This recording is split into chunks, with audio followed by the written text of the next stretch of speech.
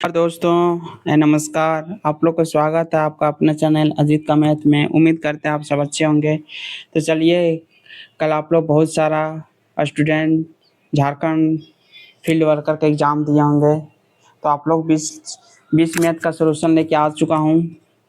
जो जो एग्ज़ाम दिए होंगे वो अपना मैथ का सॉल्यूशन मिला लें कि कितना सही हो रहा है, कितना गलत आप बना के आए हैं। तो चलिए सीधा मैथ का सॉल्यूशन पर चलते हैं।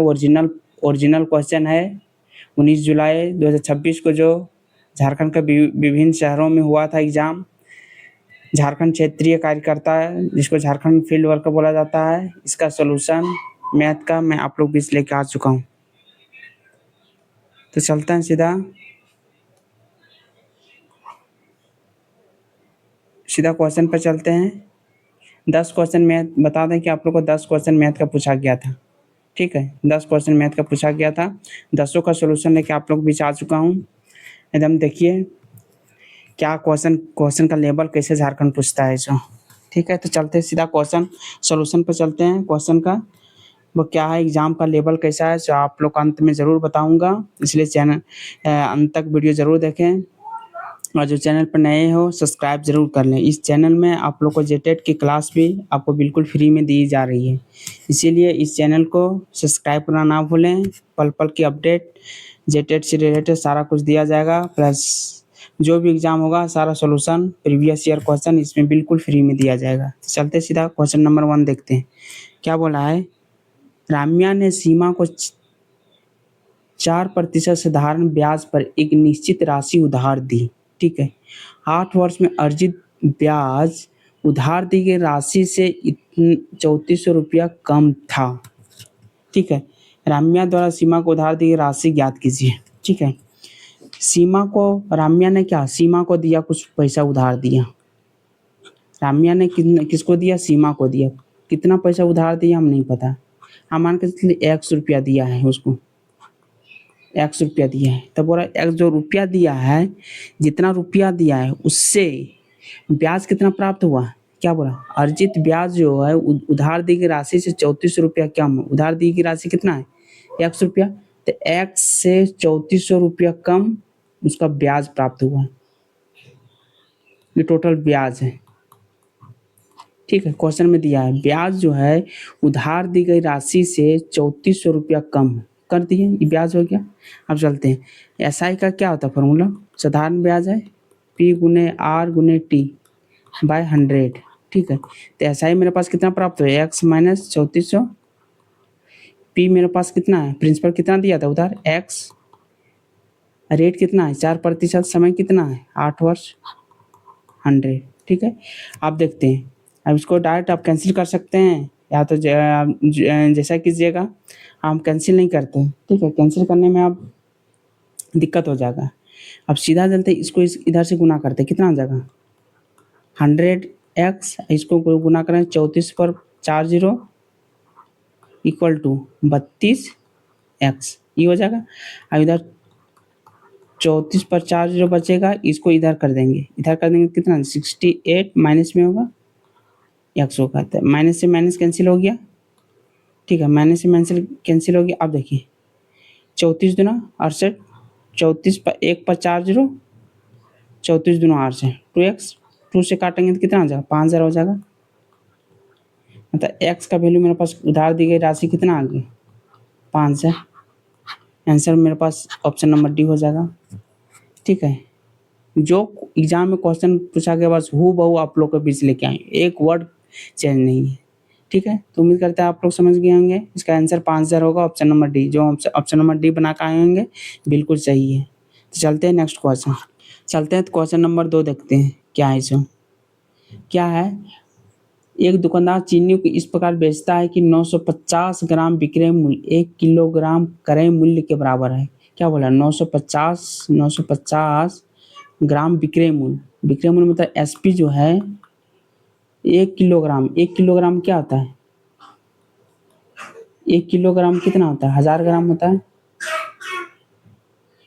1000 ग्राम होता है। तो बोला 1 किलोग्राम क्रय मूल्य के बराबर, मतलब 1000 ग्राम सीपी के बराबर है। ठीक है, तो एसपी, इधर एसपी उधर से सीपी ले आए, किधर, इधर 1000 है, इधर 950 है, 0 0 19 पचे 20 मतलब SP हो गया, मतलब CP हो गया कितना 19 में मेरा सामान था, ठीक है। 19 रुपया का सामान था, बेचें कितना रुपये 20 रुपये में बेचें, तो प्रॉफिट कितना हुआ 1 रुपया हुआ मेरे पास। SP और CP का रेशियो कितना आ गया 20/19 आ गया, मतलब 9 रुपया का सामान हम 1 रुपया ज़्यादा बढ़ा के बेचें 20 रुपये में, तो हमको प्रॉफिट कितना हुआ, प्रॉफिट पर परसेंट रहा, प्रॉफिट 1 रुपया हुआ, किसके रिस्पेक्ट में CP होता है इंटू 100 बराबर हो गया 100/19%। ऑप्शन नंबर C नंबर हो गया। समझ गए आप लोग। चलते हैं क्वेश्चन नंबर 3, ठीक है। क्या है 2 वर्ष पहले रमन और अजीत की आयु का अनुपात इतना था। 2 वर्ष पहले का है, 2 वर्ष पहले का है, ठीक है। वर्तमान समय से 2 वर्ष बाद, मतलब वर्तमान आया, 2 वर्ष पहले से वर्तमान आएंगे तो 2 जोड़ेंगे तो वर्तमान आ गया, ठीक है। वर्तमान से 2 साल बाद, यहाँ से भी वर्तमान से 2 साल बाद बोल रहा है, ठीक है। तब पहले ये तो है 2 साल पहले का ही, पहले वर्तमान आएंगे तो 2 जोड़ेंगे, अब फिर आगे आएंगे और उसके बाद रेशियो दिया 5:4, मतलब कितना साल का गैप है 4 साल के, मतलब 4 साल, मतलब 2 साल पहले वर्तमान आए, वर्तमान से फिर 2 साल आगे चलेंगे, 4 हो गया, ये भी 4 से बढ़ गया, कितना रेशियो हो गया 5:4।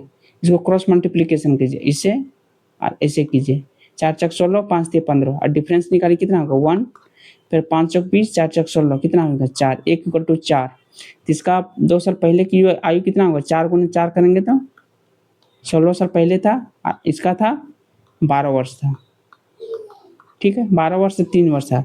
अब बोल रहा है कब का आयु पूछ रहा है, तो बोल रहा है वर्तमान में उसका आयु कितनी 2 साल पहले की, 2 साल पहले की, वर्तमान से 2 साल पहले की आयु निकल गया।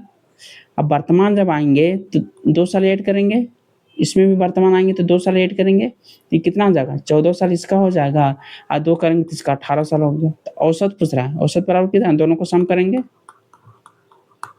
औसत बराबर कितना होगा 18 × 14/2 कितना होगा 32/2 बराबर 16 वर्ष।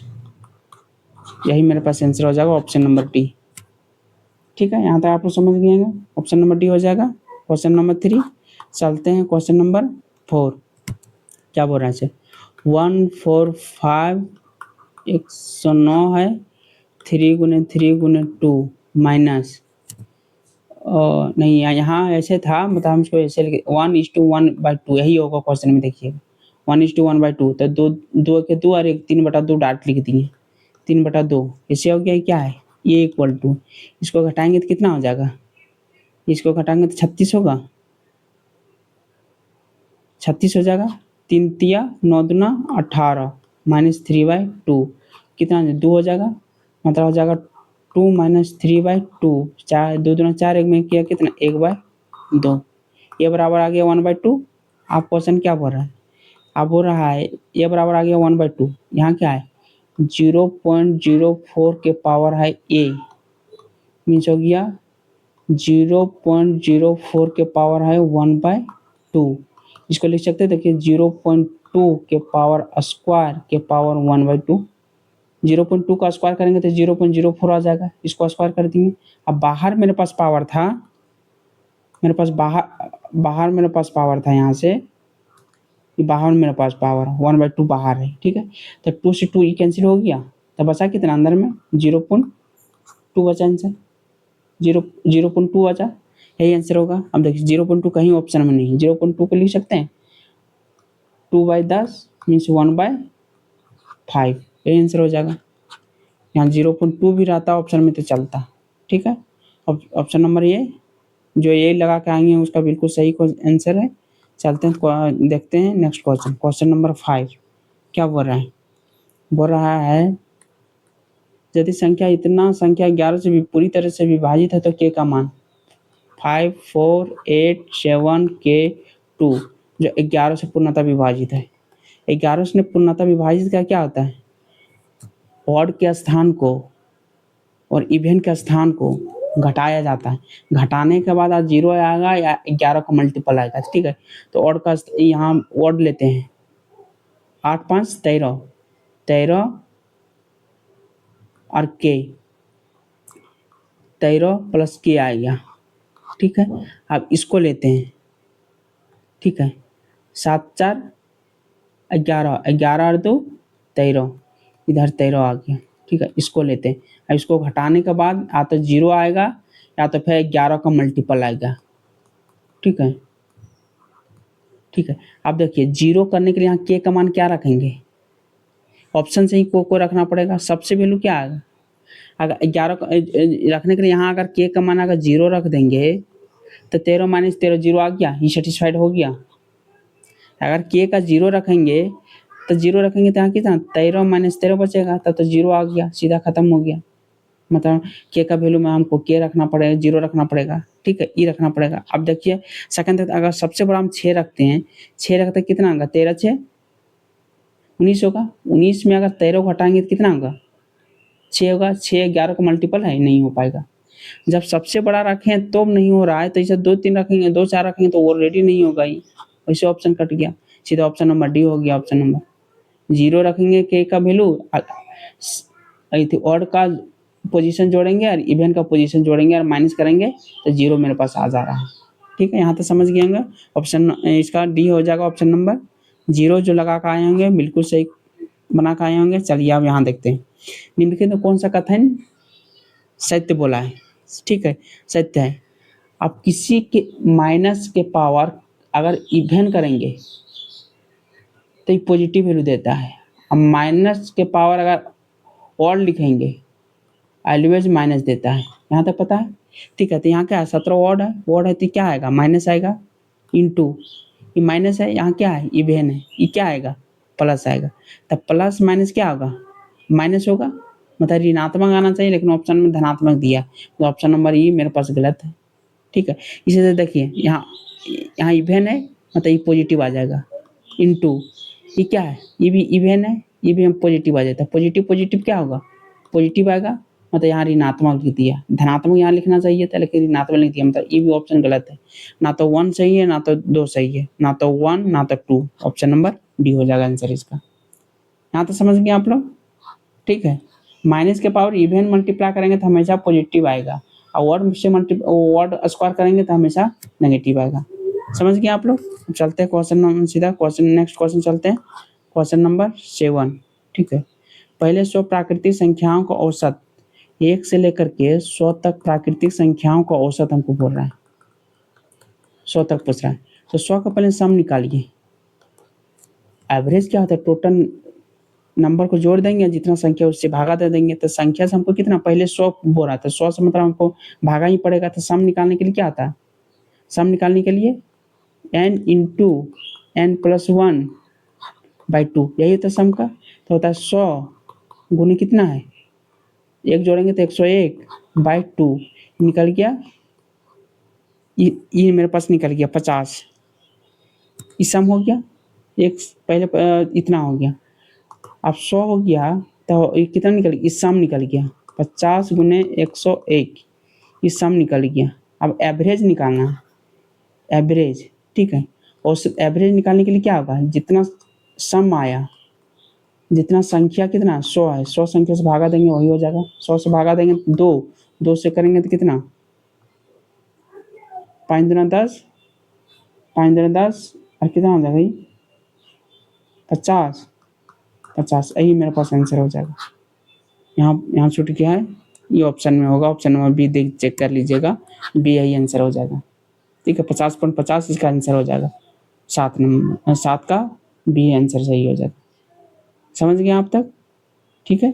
चलते हैं सीधा क्वेश्चन नंबर 8 में क्या बोल रहा है, 600 ग्राम चीनी के 1 बिलियन में वजन के अनुसार 40% चीनी है, मतलब 600 ग्राम मेरे पास चीनी है, इसका 40% मेरे पास चीनी है, तो इसका 40% कितना होगा, 240 ग्राम मेरे पास चीनी है। तो रेस्ट जो बचा शेष कितना बचा, शेष मेरे पास बचा 360 बचा।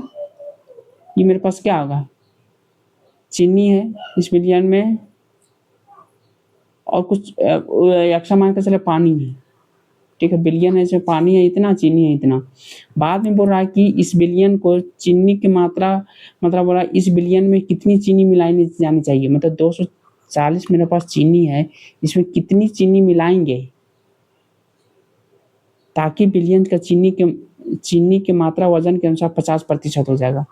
पानी मेरे पास सेम रहेगा जितने रहेगा, लेकिन इसमें कितना चीनी ऐड करेंगे कि 50% चीनी होगा तो 50% पानी होगा, मतलब 50% चीनी हो जाएगा तो नेक्स्ट 50% पानी होगा, मतलब 1:1 इसका रेशियो हो जाएगा, यही हमको बोल रहा है। तो कितना होगा, इसको क्रॉस मल्टीप्लिकेशन करेंगे तो एक्स बराबर कितना होगा, 120 होगा। 120 ग्राम मिलाएंगे चीनी तो मेरे पास रेशियो बराबर हो जाएगा, 50% ये हो जाएगा, 50% ये हो जाएगा। ठीक है, 120 ग्राम हो जाएगा, ऑप्शन नंबर डी।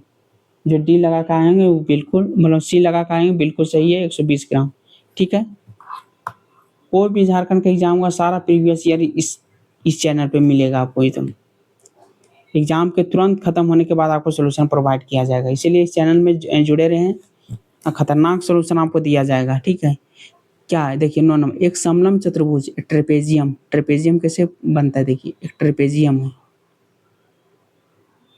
ठीक है, ट्रेपेजियम मान के चलते ये बी सी डी ट्रेपेजियम है।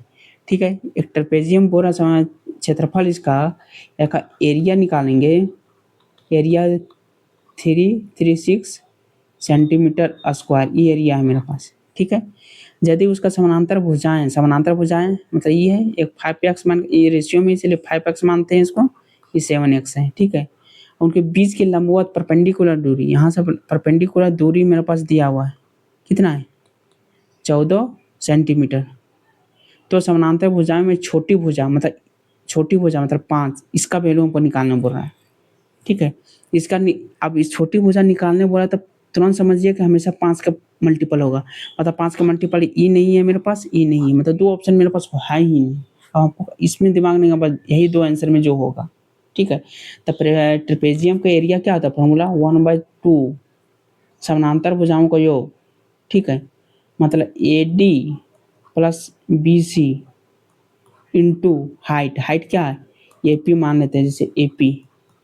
ठीक है, तो 1/2 समानांतर भुजाओं को जो यहाँ 5x है, यहाँ 7x, कितना का 12x इंटू हाइट मेरे पास कितना दिया 14, तो एरिया कितना दो 336, यही एरिया दिया हुआ मेरे पास। ठीक है, ये एरिया दिया हुआ। अब देखिए 6 दूना 12, 6 से काटते हैं, 6 5 30, 6 चक 36, 14 चौको 56, मतलब 4 हो गया, एक्स 4 बराबर एक्स हो गया, एक्स का वैल्यू मेरे पास 4 आ गया। तो इस कितना होगा, मतलब एक्स का वैल्यू 4 लिखेंगे तो इसका डिस्टेंस कितना होगा 20 हो जाएगा। अगर 4 यहाँ लगाएंगे तो इसका वैल्यू कितना हो जाएगा 28 हो जाएगा। अगर छोटी भुजा पूछेगा तो 20 हो जाएगा, बड़ी भुजा पूछेगा तो 28 हो जाएगा, लेकिन मेरे पास पूछा कि छोटी भुजा कितना हो जाएगा 20 हो जाएगा आंसर इसका। समझ गए आप लोग, 20 हो जाएगा आंसर। चलते हैं question number, last question number देखते हैं, क्वेश्चन नंबर 10 क्वेश्चन पूछा हुआ है। ठीक है, फिर 10 क्वेश्चन सिलेबस में 10 क्वेश्चन था, 10 क्वेश्चन से ही पूछा गया है। चलते हैं 10 क्या, एक कक्षा में 35 छात्र की औसत आयु 16 वर्ष है।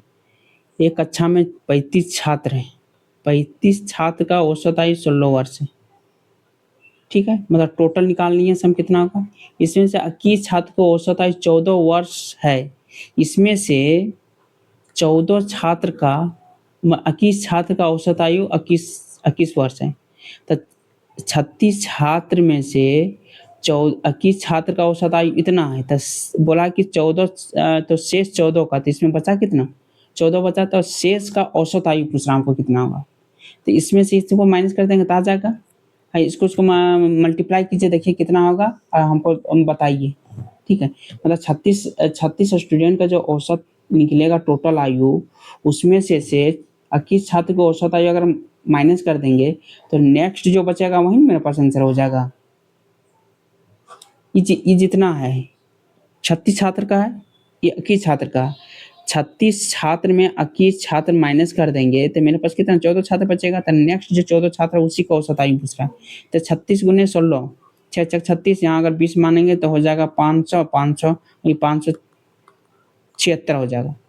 ठीक है, 576 था, 20 में 14 दूना 28, कितना हो जाएगा 14 दूना 28 होगा, 290,000, हाँ 294, ये हो जाएगा, ये हो जाएगा। अब हमको माइनस करके हम बताइए कि कितना आ जाएगा।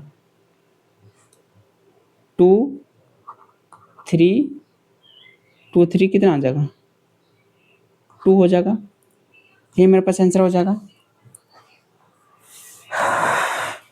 अब देखिए, अब हमको आप बताइए कि कितना अब इसका ई होगा सर, ठीक है। अब ई कितना छात्र का निकल गया, 14 छात्र का निकल गया, ई 14 छात्र का निकला है मेरे पास नहीं।